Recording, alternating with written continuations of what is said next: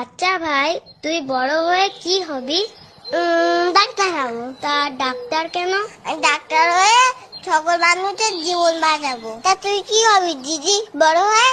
আমি পুলিশ হব, সবাইকে রক্ষা করব আর খারাপ খারাপ লোকেদের জেলে ঢুকিয়ে দেব। ওরা কি বলছে রে দিদি? এনে তাড়াতাড়ি দুধটা খেয়ে নে, আমাকে একটু পর বেরোতে হবে। কোথায় মা? ওরা কারা মা? কেনই বা ওরা বেরিয়েছে? ওরা তো আন্দোলন করছে রে মা। ও মা, আলোচনা মানে কি? যখন কোনো অন্যায় হয় সেই অন্যায়ের বিরুদ্ধে একসাথে প্রতিবাদ করাই হলো আন্দোলন। তা ওরা আন্দোলন করছে কেন মা?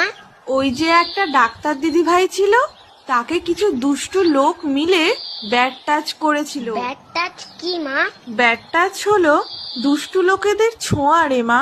কারো ছোঁয়ায় যদি তোমার অস্বস্তি হয়, যদি খারাপ লাগে, সেটাই হলো ব্যাড টাচ।